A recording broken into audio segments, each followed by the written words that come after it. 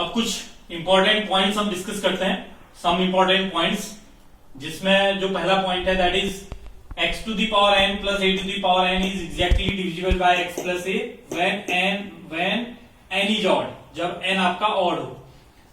यहाँ पे देखिए x to the power n plus a to the power n है, यहाँ पे n जो है वो नेचुरल नंबर है। अगर मैं बात करूं ऑड की बात हमने करी तो 1 अगर हम ले लें तो x प्लस a आ जाएगा, n अगर 1 ले लेंगे तो x plus a is divisible by x plus a।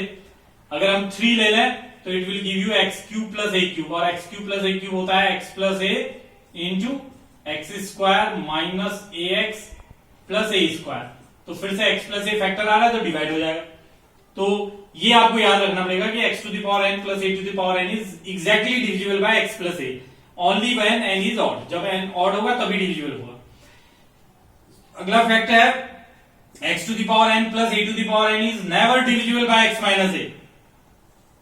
ये कभी भी x माइनस a से डिवाइड नहीं हो सकता है। आप कभी भी 2 का 5 का स्क्वायर प्लस 7 का स्क्वायर को 5 माइनस 7 से डिवाइड नहीं कर सकते, तो ये आपको समझना होगा, ये फैक्ट है। Third one is x to the power n minus a to the power n is exactly divisible by x plus a when n is even, जबकि n इवन है। तो अब आप देखिए जैसे इवन की बात करें तो 2 रखिए सबसे पहले, तो ये हो जाएगा x square minus a square, तो ये होता है x plus a x minus a। तो x माइनस a फैक्टर आ गया तो it is divisible by x, it is x plus a is factor, x plus a is divisible by this one. फिर अगर 4 रखेंगे तो x to the power 4 plus a to the power 4 हो जाएगा, फिर से ये ऐसा ही एक्सप्रेशन आ जाएगा, फिर से x प्लस a से डिवाइड हो जाएगा। तो ये एग्जैक्टली डिविजिबल होता है x प्लस a से, कब? When n is even. तो फर्स्ट आपको समझना होगा, यहाँ पे इसने इवन होना चाहिए तभी आप इसको x प्लस a से डिवाइड कर पाएंगे। Fourth one is x to the power n minus a to the power n is always divisible by x minus a। x to the power n minus a to the power n x minus a से हमेशा divide होता है, चाहे n even हो या odd हो। आप 1 रखेंगे तो x माइनस a आ जाएगा, 2 रखेंगे तो ये आ जाएगा, x माइनस a डिवाइड होगा, 3 रखेंगे तो x cube minus a cube आ जाएगा, तब भी x माइनस a फैक्टर हो जाएगा। तो x to the power n minus a to the power n is always divisible by x minus a। मतलब कभी क्वेश्चन ऐसा भी हो सकता है, आपसे ये कह दे कि x to the power 15 minus 1 is divisible by, उसमें एक फैक्टर होगा x माइनस a, तो always divisible by x minus a। अब जैसे इन क्वेश्चंस में अगर आप देखें, आपसे ये अगर कहा जाए x to the power 15 plus 1 is divisible by x plus 1 और not, is divisible by x plus 1 और नॉट, तो it is always divisible by x plus 1। क्यों? क्योंकि ये पावर जो है ये 15 इसका है तो इसका भी 15 लिख लीजिए, और n क्या हो गया? ऑड हो गया, तो x प्लस 1 से डिवाइड हो गया इस रूल के अकॉर्डिंग। तो ये रूल जो है वो आप अप्लाई करेंगे क्वेश्चंस में सॉल्व करते समय।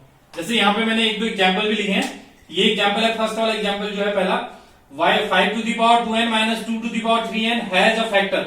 इनमें से कौन सा इसका फैक्टर होगा ये पूछ रहा है, तो 5 to the power 2n minus 2 to the power 3n, it will be 5 का square to the power n minus 2 का cube to the power n, तो 5 का square 25, 25 to the power n minus 8 to the power n।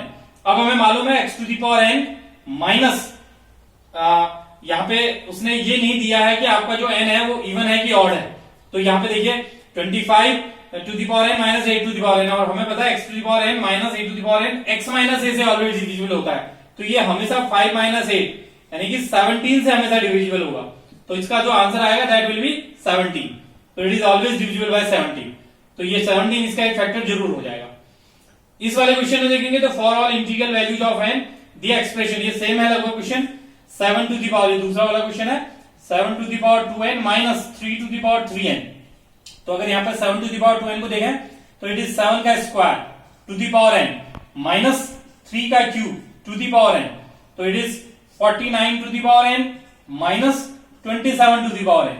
तो x to the power n minus a to the power n, n even हो या odd हो, 49 minus x minus a से always divisible होता है, तो 49 माइनस 27 से divisible हो जाएगा। तो कितना आ जाएगा ये, इट विल बी 9 में से 7 गया 2, 4 में से 2 गया 2, 22, तो आंसर विल बी 22। तो ये इस तरीके के जो क्वेश्चंस हैं वो इन सारे जो कंसेप्ट हैं इन कंसेप्ट से ही सॉल्व होंगे। आपको ये कंसेप्ट सारे आने चाहिए, अगर आपको आते हैं आपके दिमाग में है, और ये भी सारे समझने वाले हैं। अगर आप मैथ्स को सही से समझ सकते हैं, आपने मैथ्स को सही से समझा है, फैक्टराइजेशन को सही से समझा है, और ये जो आइडेंटिटीज हैं इनको अगर आपने पढ़ा है कभी, तो आप बहुत अच्छे से इस तरीके के क्वेश्चंस को कर सकते हैं। तो इस तरीके के क्वेश्चन के लिए आप ऐसे जो पॉइंट्स हैं उनको अपने ध्यान में रखेंगे।